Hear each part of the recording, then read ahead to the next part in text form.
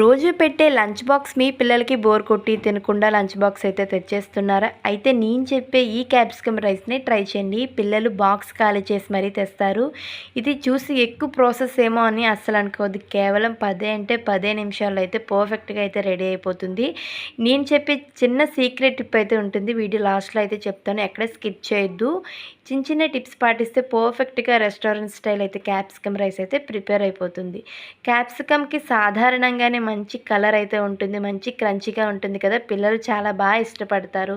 And ఇందులో ఉండే vitamin C, vitamin A వల్ల కూడా పిల్లలకి హెల్త్కి చాలా మంచిది. సో ఎప్పుడు చేసేలా కాకుండా క్యాప్సికమ్ రైస్ని ఈ విధంగా ట్రై చేయండి, చాలా టేస్టీగా ఉంటుంది. వీడియోని మాత్రం ఎక్కడా స్కిప్ చేయొద్దు.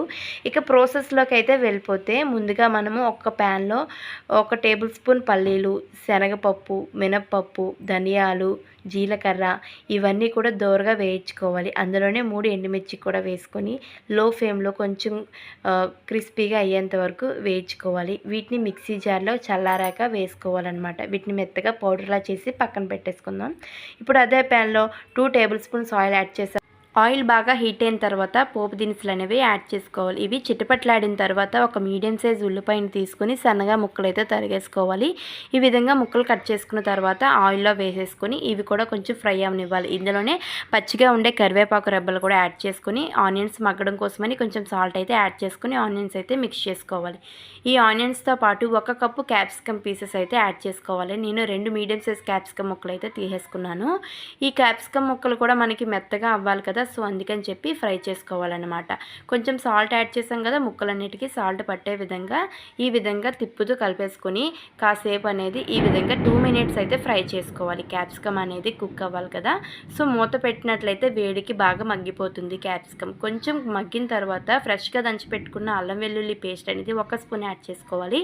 ఈ అల్లం వెల్లుల్లి కూడా వేసిన తర్వాత 1/2 టీ స్పూన్ పసుపు కూడా యాడ్ చేసుకొని వీటన్నిటిని బాగా మిక్స్ చేసుకొని మరలా కొంచెం మూత పెట్టి క్యాప్సికమ్ ముక్కలన్నీ కూడా సాఫ్ట్గా అయ్యేంత వరకు ఉంచుకోవాలన్నమాట. మనకి ఈ క్యాప్సికమ్ పీసెస్ అనేవి సాఫ్ట్గా అయితేనే రైస్లోకి చాలా బాగుంటాయి తినడానికి, లేదంటే పచ్చి పచ్చిగా అయితే అనిపిస్తూ ఉంటాయి అన్నమాట. సో అందుకని చెప్పేసి క్యాప్సికమ్ పీసెస్ అనేవి చాలా సాఫ్ట్గా అయ్యేంత వరకు ఉంచుకోవాలి. తర్వాత మనం ఇందాక మిక్స్ చేసి పెట్టుకున్నాం కదా పౌడర్ అనేది, ఇందులో యాడ్ చేసుకోవాలన్నమాట. ఈ పొడి వేయడం వల్ల ఈ రైస్కి అనేది మంచి టేస్ట్ అయితే వస్తుంది. వన్స్ ఈ పొడి యాడ్ చేసిన తర్వాత మనకి ప్యాన్కి అంటుకున్నట్లు అనిపిస్తే 1 టీ స్పూన్ అనేది ఆయిల్ యాడ్ చేసుకొని మొత్తం మిక్స్ చేసుకోవాలి, లేదంటే స్కిప్ చేయొచ్చు. ఇక్కడ నేను సీక్రెట్ టిప్ అని చెప్పాను కదా, ఏంటంటే మనం ఇలాంటి ఫ్రైడ్ రైస్ ఐటమ్స్ చేసేటప్పుడు రైస్ని తీసుకునేటప్పుడు వేడిగా ఉన్నప్పుడే అందులో 1 స్పూన్ అనేది ఆయిల్ అండ్ సాల్ట్ సరిపడినంత ఆ రైస్లో యాడ్ చేసామనుకోండి, సాల్ట్ అంతా కూడా వేడికి ఈవెన్గా రైస్ అంతా స్ప్రెడ్ అయ్యి ఇలాంటి రైస్ ఐటమ్స్కి ఎక్కడ కూడా ఉప్పు ఎక్కువ తక్కువ అని కాకుండా పర్ఫెక్ట్గా అయితే సరిపోతుంది అనమాట.